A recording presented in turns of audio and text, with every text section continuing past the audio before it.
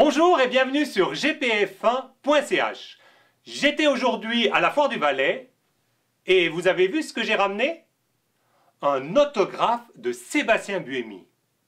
En effet, Seb était à la Foire du Valais aujourd'hui pour dédicacer ses petites cartes. Mais, petit vénard, gpf1.ch ne s'est pas contenté de chasser les autographes. Voici un interview exclusif qu'il a accordé à gpf1.ch. Dans cette interview, il va nous parler de son dernier Grand Prix de Singapour, du futur Grand Prix du Japon, de sa saison en général et même se projeter sur la saison suivante. Je vous laisse en compagnie de Seb et Seb. Parce qu'on va pas assez vite dans les questions. Sébastien Moulin de gpf1.ch. Mais vous avez une caméra? Oui. Pas de souci. Bonjour Sébastien. Sébastien de gpf1.ch. Ça me fait plaisir d'avoir quelques minutes et de vous rencontrer ici à Martigny à l'occasion de la Foire du Valais. Vous rentrez de Singapour, décalage horaire, ça se passe bien? Ça se passe bien. On a eu la chance de rouler de nuit, donc le décalage horaire pour nous était très petit puisqu'on essaie de garder l'horaire européen. Donc maintenant on se prépare pour le Japon parce que je vais partir déjà dimanche matin pour le Japon. Donc c'est vrai que là-bas il y aura 8 heures de décalage et ça va être dans ça. Donc à Singapour, en fait, vous avez vécu tout le week-end avec le décalage européen, vous avez quand même... Tout le week-end au décalage européen, c'est-à-dire on allait se coucher très tard dans la nuit, donc aux alentours de 5 heures du matin, qui est peut-être autour des 10 heures heure suisse, et puis on se lève au début de l'après-midi. Donc c'était parfait pour nous, c'est-à-dire on roulait de nuit, mais on gardait l'horaire européen. Et comme ça vous permet de découvrir toutes les boîtes de nuit de Singapour, ville nocturne par excellence. Ouais, on peut dire ça comme ça, mais c'est vrai qu'à partir de mercredi, bon, on est très pris par le Grand Prix jusqu'à dimanche. Donc quand même, il faut savoir pourquoi on va là-bas. C'est clair. À Singapour, c'était le 50e Grand Prix de votre carrière. Un bilan pour ce Grand Prix? Je pense que j'ai fait un bon Grand Prix, je dirais. Maintenant, c'est vrai qu'on n'était pas aussi compétitif qu'on l'aurait espéré. On a un petit peu de peine sur les circuits où il faut avoir beaucoup d'appui. Donc on a eu un peu de peine en Hongrie et à Monaco, donc c'était un petit peu la même chose ici à Singapour, mais à la fin du compte, je pense que j'ai fait une course solide. Je me suis qualifié devant mon coéquipier correctement, ensuite j'ai fait une bonne course.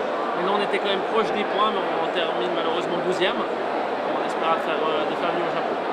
Au Japon, c'est un circuit que tous les pilotes affectionnent. Hein. C'est, je pense, aussi votre circuit préféré avec Spa? Oui, c'est un des meilleurs circuits, je pense que qui est dans le championnat du monde. Maintenant, ça fait toujours plaisir d'aller au Japon, pas seulement pour le circuit, mais aussi pour l'ambiance, pour les spectateurs. C'est vrai qu'il y a quelque chose de très spécial, difficile à décrire. Le paddock est déjà plein à partir du jeudi jusqu'au dimanche, donc c'est quand même une expérience assez spéciale. Donc il reste 5 Grands Prix avant la fin de la saison, c'est un peu tôt pour tirer un bilan, mais apparemment c'est votre meilleure saison depuis que vous êtes en Formule 1 depuis 2009, rentrez 6 fois dans les points.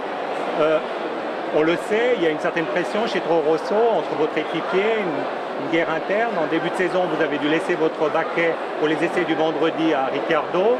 On vient d'apprendre qu'il faudra recommencer l'opération avec Jean-Éric Vergne. Comment est-ce qu'on vit cette pression? Je dirais qu'à la fin du compte, ça fait partie de la Formule 1, donc moi ça ne me dérange pas de laisser ma place le vendredi matin, parce que ça nous permet aussi, on va dire, de nous comparer à ce pilote. Donc c'est-à-dire contre Ricciardo, c'était assez clair qu'il était plus lent que moi et Alguersuari. Maintenant on va pouvoir voir ça avec Jean-Éric Vergne. Donc je pense qu'à la fin du compte c'est quelque chose de positif, parce que pour moi il n'y a plus de point d'interrogation. On voit vraiment ce dont on est capable par rapport aux autres, et je pense que c'est quand même un bien pour l'écurie aussi, parce que ça permet d'avoir une troisième personne qui donne son avis sur les développements de la voiture. Par rapport à Rémi Alguersuari, vous êtes un peu en équivalence au niveau des performances. Il y a quelques points de plus, mais juste depuis l'avant-dernier Grand Prix. Est-ce que vraiment ça va se jouer entre vous deux pour un baquet Toro Rosso la saison prochaine? Je pense que rien n'est sûr, c'est-à-dire c'est même possible que ça continue comme c'était cette année. Donc de ce côté-là, c'est vrai que maintenant il a 3 points de plus que moi. Malheureusement, on a perdu beaucoup de points à Monza après le ravitaillement qui était pas très très bon. En qualification, sur les 14 premiers Grands Prix, je l'ai battu à 10 reprises. Donc je suis quand même un peu plus rapide. Maintenant, c'est vrai qu'en course, malheureusement, il faut un peu de chance aussi. Et, je pense que dans certaines courses, on aurait pu marquer des points, m'a manqué un petit peu de chance, c'est-à-dire par exemple un ravitaillement loupé qui m'a fait perdre par exemple 2, 3, 4, voire 4 points à Monza. Maintenant, je pense que la performance va quand même être analysée par Red Bull tout au long de la saison. Puis on verra bien, il reste encore 5 courses, 5 possibilités de marquer des points. D'autant plus que vous avez souvent des stratégies qui sont différentes, donc la comparaison, elle peut se faire, mais pour nous, de l'extérieur, c'est un peu difficile, je pense que... Voilà. Ouais, c'est vrai qu'il y a peu de possibilités vraiment de vraiment nous comparer, mais à la fin du compte, je pense qu'on essaie de faire le maximum avec ce qu'on a. Une dernière question, je sais que vous avez des obligations. Si vous êtes un pilote typé Toro Rosso, Red Bull, est-ce qu'on a une chance, si jamais ça ne se concrétise pas avec Toro Rosso, de vous voir dans une autre écurie? Bien entendu, tout est possible. Maintenant, on essaie de faire le maximum. J'espère pouvoir continuer avec Toro Rosso l'année prochaine, mais on ne sait jamais. Super, merci beaucoup Seb, et tout bon pour la fin de la saison. Merci bien.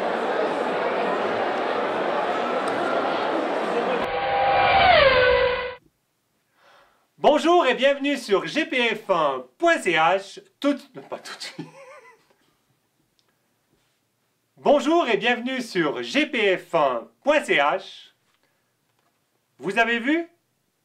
J'ai obtenu une dédicace de Sébastien Moulin.